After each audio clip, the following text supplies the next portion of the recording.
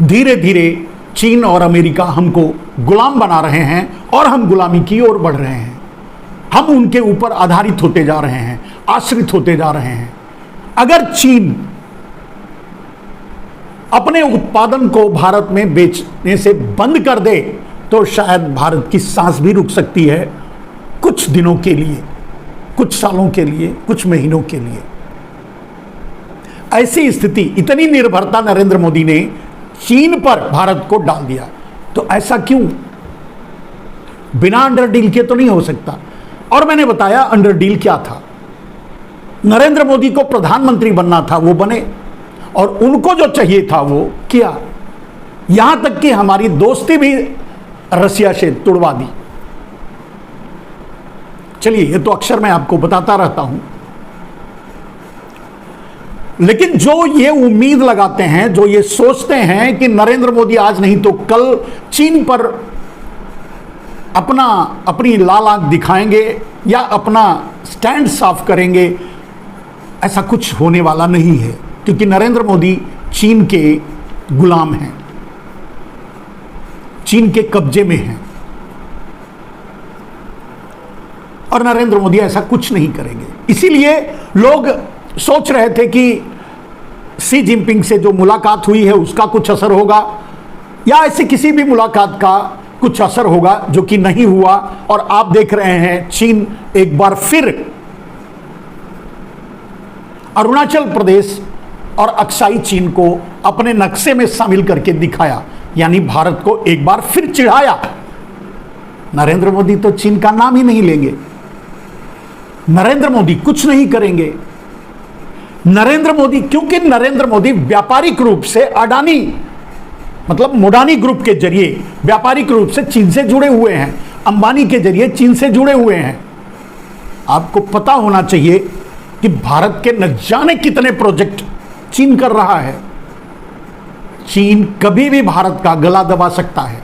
और यही नहीं, हम नहीं कहते, जयशंकर प्रसाद शायद जो विदेश मंत्री हैं या पता नहीं कौन से मंत्री हैं, यहां तो मोदी के अलावा कोई जानता ही नहीं, या मैं भी नहीं जानता कि कौन किस विभाग का मंत्री है। तो जयशंकर प्रसाद ने जो बात कही थी कि चीन एक बड़ी इकोनॉमी है, उसके सामने हम क्या कर सकते हैं, जो अपनी लाचारी जाहिर की थी, जो अपनी मजबूरी देश के सामने रखी थी बेशर्मी के साथ, और वही नरेंद्र मोदी चरितार्थ कर रहे हैं, कार्य कर रहे हैं।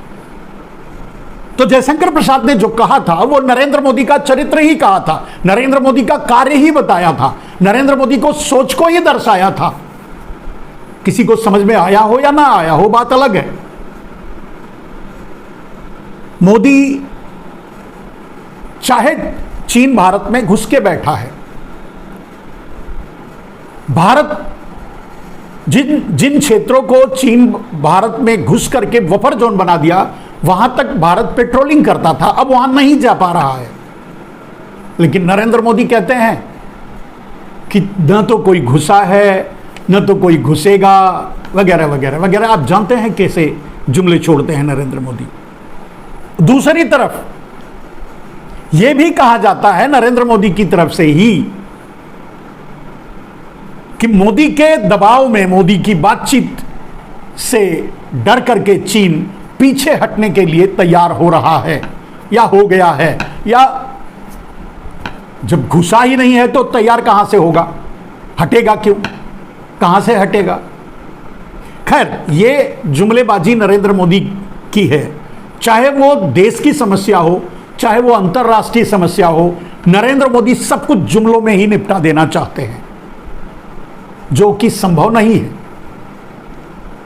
देश को के प्रति उनकी कोई जवाबदेही नहीं है और ना ही उसे वो स्वीकार करते हैं।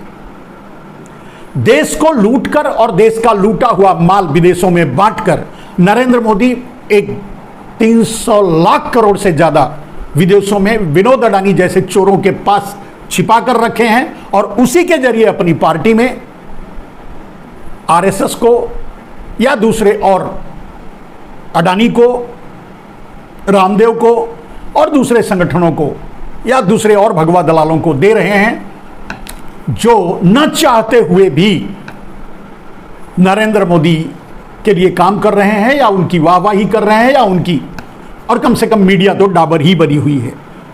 वैसे भी नरेंद्र मोदी ने देश की सारी संस्थाओं को उसी राह पर डाल दिया है। गोदी फिर कहां आप जानते हैं। ईडी का क्या हाल है? आज भी एक प्रेस कॉन्फ्रेंस करके संजय सिंह आप लोगों के सामने मुद्दा रखे होंगे कि ईडी का अधिकारी खुद घूस लेते पकड़ा गया। जो भी हो, भ्रष्टाचार नरेंद्र मोदी के लिए अछूत नहीं है। भ्रष्टाचारी नरेंद्र मोदी के लिए अछूत नहीं है, बुरे नहीं है। हां, बशर्ते भ्रष्टाचारी कहीं और है, उनसे दूर है, तो अछूत है। उसके यहां ईडी भी जाएगी, सीबीआई भी जाएगी, और जैसे ही वो उनके पाले में आ जाएगा सब बंद हो जाएगी। वैसे ईडी और सीबीआई, आईटी भी जानती है कि ये तो फॉर्मेलिटी है, ये तो एक्सटॉर्शन करने का एक तरीका है मोदी जी का। चलो घूम के आ जाते हैं, मोदी जी को जब मिल जाएगा तो हमारा काम भी खत्म हो जाएगा।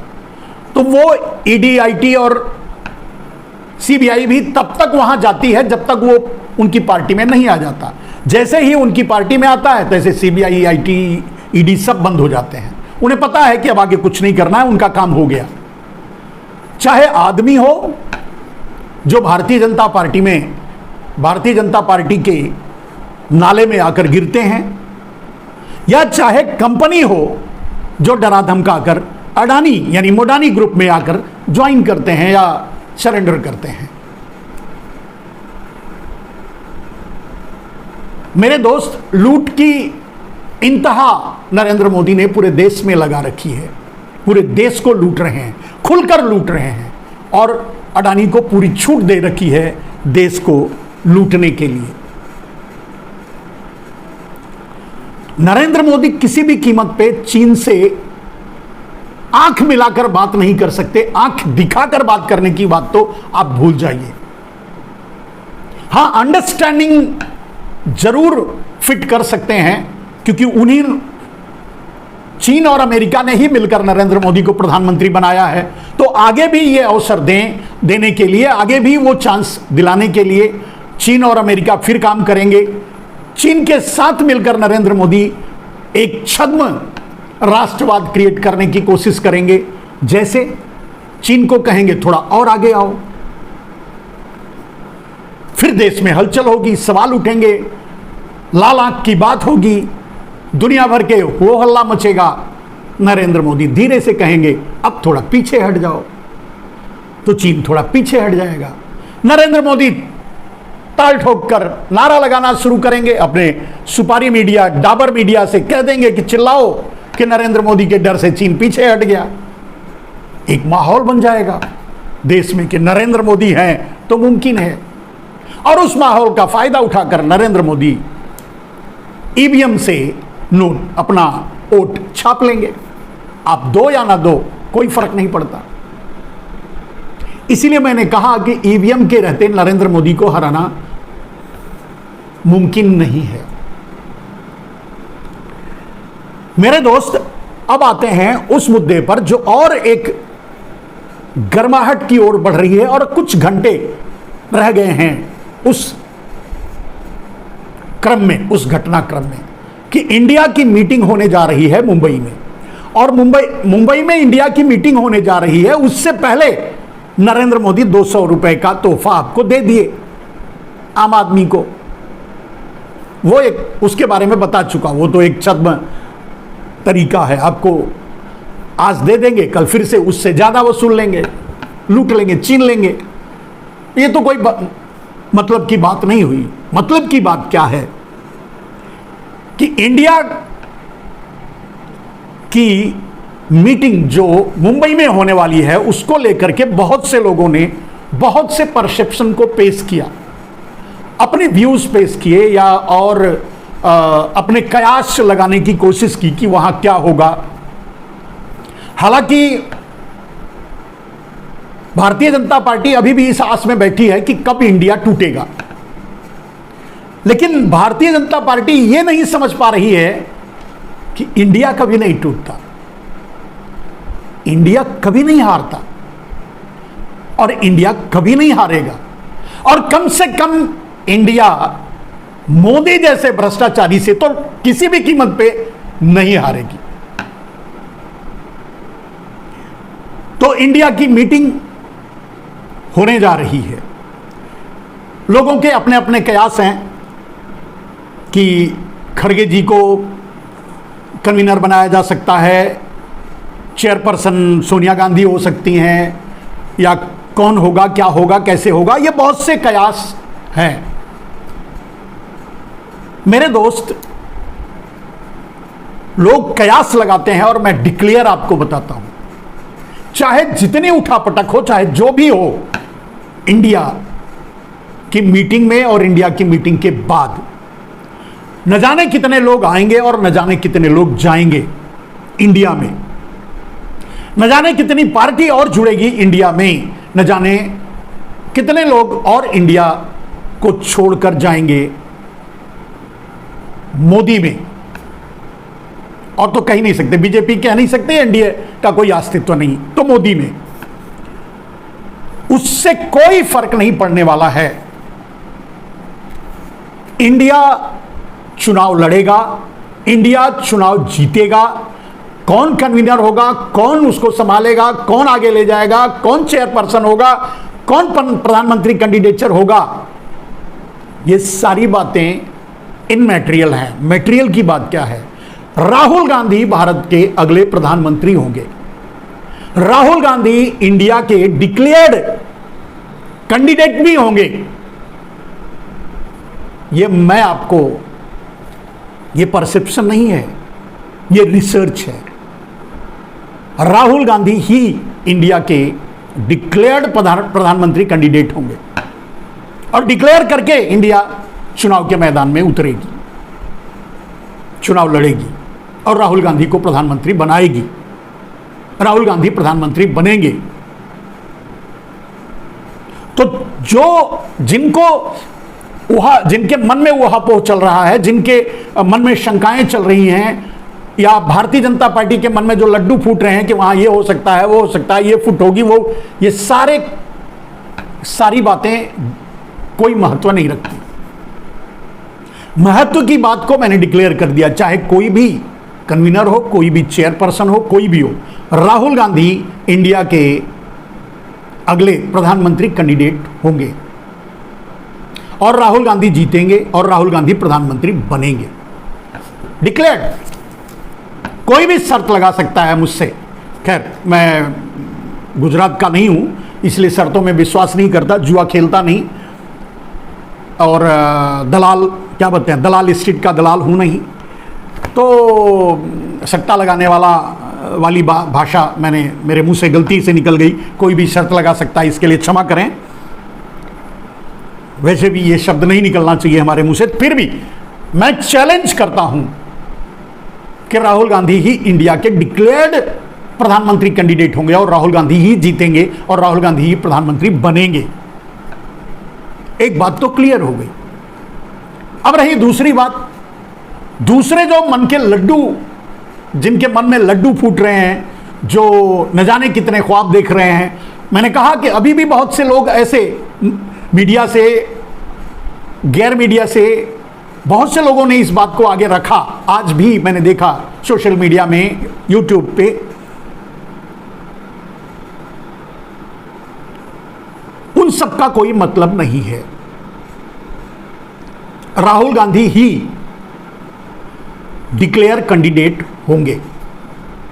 लोगों के मन में जो शंकाएं हैं कि नरेंद्र मोदी पीछे चुनाव को ले जाएंगे, जल्दी करवाएंगे, या मोदी अलग चाहते हैं, अमित शाह अलग चाहते हैं, ये सब सगुफे हैं। इंडिया को यूनाइटेड होना है। ये गुजरात लाबी कभी टूटेगी नहीं। ये खाते अलग अलग भले हैं, लेकिन निकालते सब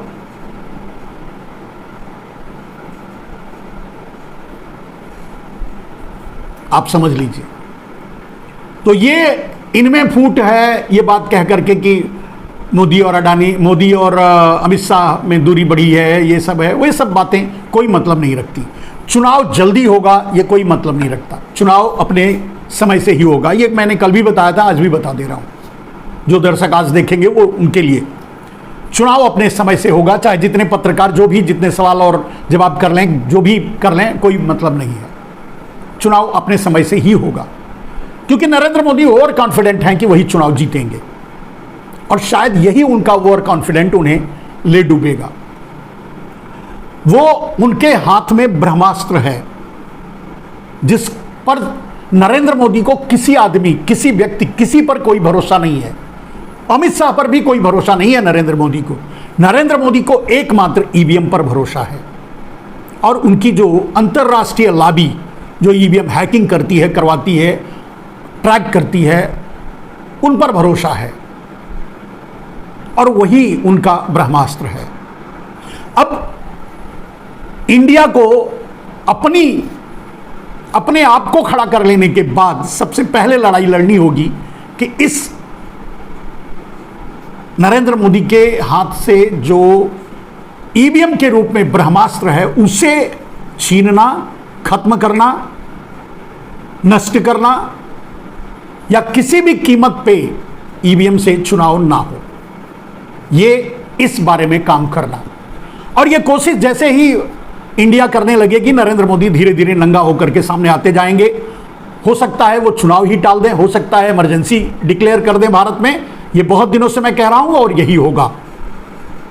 इसके लिए पूरे देश को तैयार रहना होगा।